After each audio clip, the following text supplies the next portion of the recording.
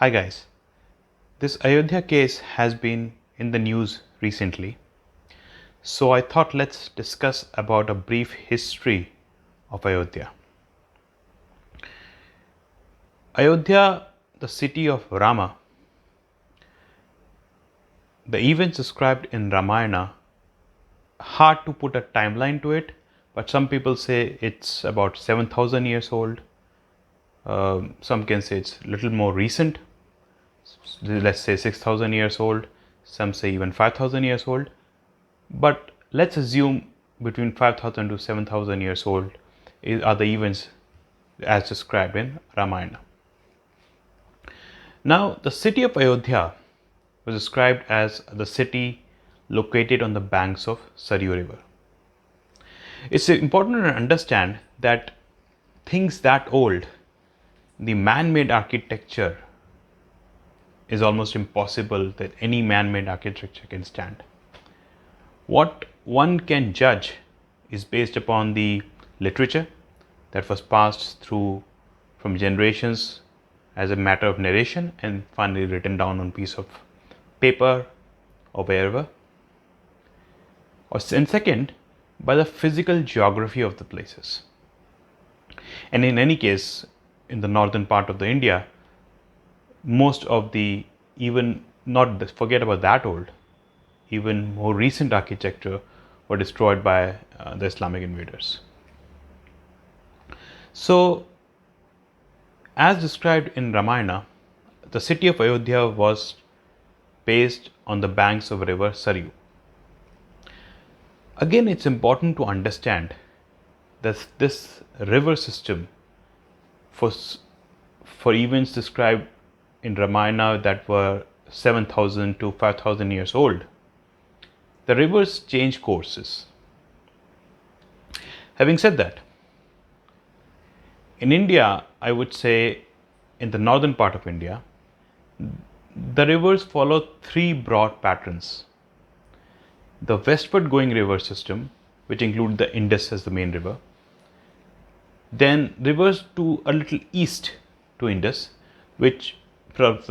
among which the prominent river was the Saraswati river, and then the eastward rivers, which include the Ganga, Yamuna rivers as the prominent ones. Now, the extreme westward rivers and the eastern rivers did change courses, but not to a great extent. Few kilometers. The central rivers of the Saraswati river system changed courses dramatically. I mean, the Saraswati river is gone from where it used to flow.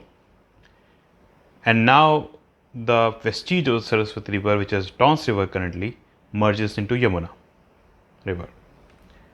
So the Saryu river, which was an eastern river, did change course, but not to a great extent. So even though this Ayodhya may not exactly be at the same location, but not very far off from where the from where the Ram's Ayodhya was. I would say few kilometers in the periphery. And in fact, the modern city of Ayodhya would include some parts of the Ayodhya existing, or the prehistoric Ayodhya times, or the historic Ayodhya times. So that's the first point. So the point is that the modern Ayodhya city is located very close or on the periphery of the historic Ayodhya city of Ram. Now, this modern Ayodhya city was actually discovered, formed, established by the ruler Vikramaditya. Now, once I say Vikramaditya, the immediate thing that comes to mind is Ram Rajya. Now, let's understand this. Why is this so? Why Vikramaditya established the city of Ayodhya? Why we associate Ram Rajya with Vikramaditya? See, the use of religion in politics has been as old as eternity. Has been used world over, Constantinople used it in promoting Christianity. In Arab, Islam came in, and in India also there were very many religions. So understand this, that after the end of Mahabharata, there's a lull in our history, basically because Mahabharata was end of an era, a big war leading to catastrophe, leading to decimation of empires, kings, and the shift in power from the Saraswati Indus basin to the Ganga basin, or even I would say a shift in ideology from the Vedic ideology to the Jain Buddhism ideology. Now, the Buddhism based empires, the Mauryan Empire essentially, is a Jain Buddhism empire, which is coming from this same ideology book, was well entrenched in that part of the region. Vikramaditya, to get a hold on the empire, on the people, promoted Ram as the chief deity. And the city of Ram was obviously Ayodhya. So this modern day Ayodhya was established by Vikramaditya. Again, pretty close or in the periphery of Ram's Ayodhya. Now, once the city was established, now the Chinese traveler Faxin has written about the city as a beautiful city, a temple city, which of course he had written from Buddhist perspective, which had a lot of stupas, temples, Buddhist temples and monasteries and Hindu temples. And it's one of the greatest cities of the Vikramaditya Empire. Let's move a little forward now. After this, let's come to the Ram temple issue. Now, around 1608 to 1612, an English traveler with the name of William Finch traveled extensively to western and northern India. He also came to Ayodhya around this period and had maintained an extensive diary of his travels. About Ayodhya, when he came to Ayodhya, and 1608 and 1612, let's also remember that the period of Babar had passed. So if Babar had made a mosque, it would have been there, present over there during this travel. Now, this William Finch, when he traveled to Ayodhya, he wrote in his notebook or his diary that there exist ruins of grand fort, which was described by locals as the Rama's fort, the place where Lord Ram was born. It was that fort known as Ramkot. Of course, he said the ruins exist. He said about the ruins, and Hindus do pray at that fort or at that place.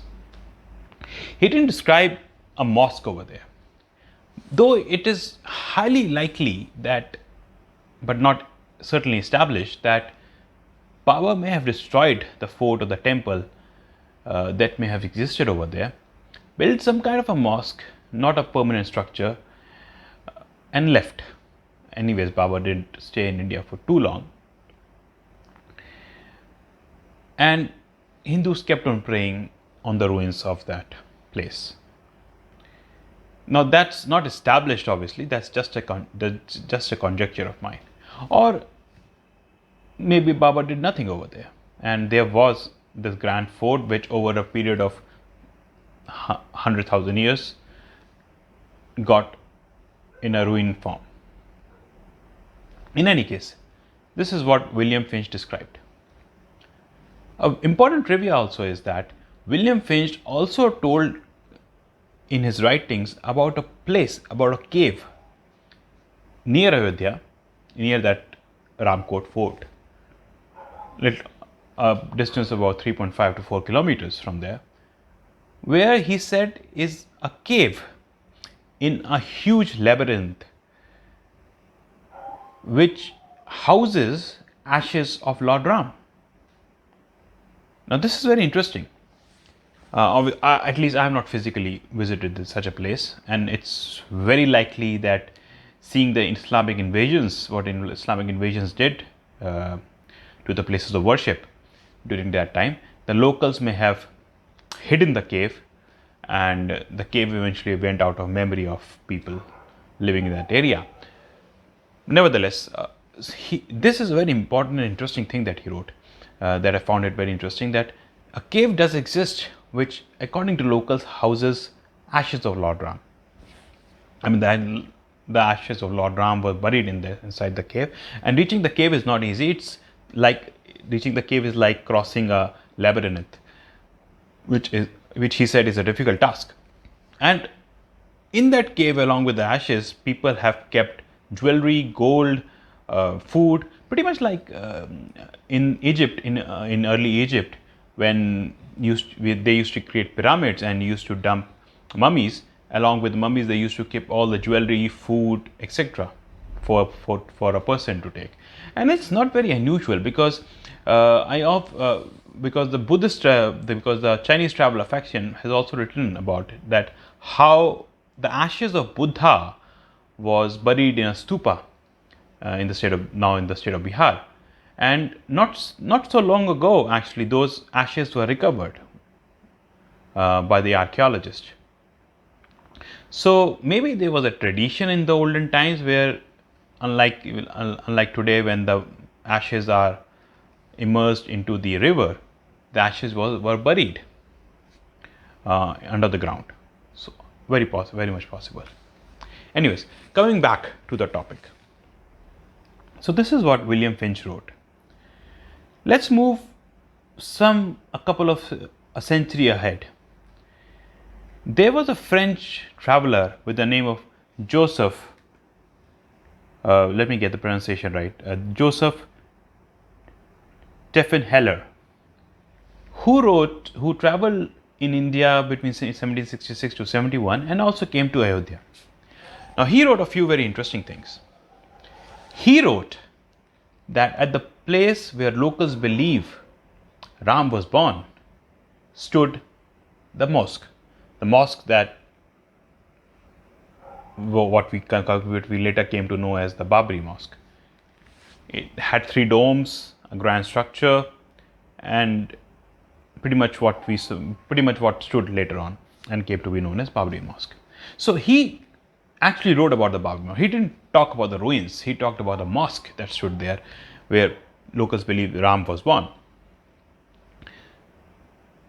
Now, and he also wrote that this mosque was actually erected under the orders of Aurangzeb, though he said that few locals do believe that this was created by Babar.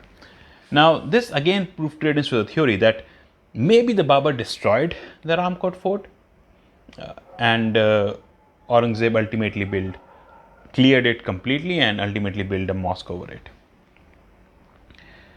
So this is as good an account as any which one can get from travelers, that yes, a place did exist where locals believed the Ram was born. It was a grand fort built on a little bit of plateau, a higher ground, or in other words, a higher ground. That was, Hindus used to pray there. It was eventually destroyed, most probably by Aurangzeb, maybe starting with Babar, but definitely with Aurangzeb, and a mosque was built there. Later on in the British writings, we note that earlier Hindus and Muslims both used to pray in that area. In 1855, there were serious riots in Ayodhya. Now, it's recorded that the riots came about because the Muslims at that time attacked the temple of Hanuman Gedi. Now, nothing really came about of that in the sense that the Hanuman Gedi temple was preserved, or the riot was foiled. But what happened was there was a counter reaction and Hindus attacked the Babri Mosque at that in 1855 to retake that. The Britishers later on intervened. They created a fence and they allowed the Muslims to pray inside the mosque. Hindus could still pray, but outside the fence, outside, they created a higher platform to pray just outside the mosque. And then this case eventually dragged on. As we come to the modern era, I think we all know the history, no point in repeating it. So basically I would say 4 points we have to remember of the historic times of this issue. Point number 1, the modern city of Ayodhya was actually established by Vikramaditya, which is very close or almost at the periphery of the ancient city of Ayodhya, of Ram. The point number 2, from the writings of William Finch, we come to know that there existed a grand palace or a temple which by the name of Ramkot, which the locals believe was the birthplace of Ram, and they used to pray over there. Though that fort or the temple was in little ruined form in the year between 1608 and 1612, that makes it doubtful that the place was destroyed by Babar, but this possibility cannot be entirely negated.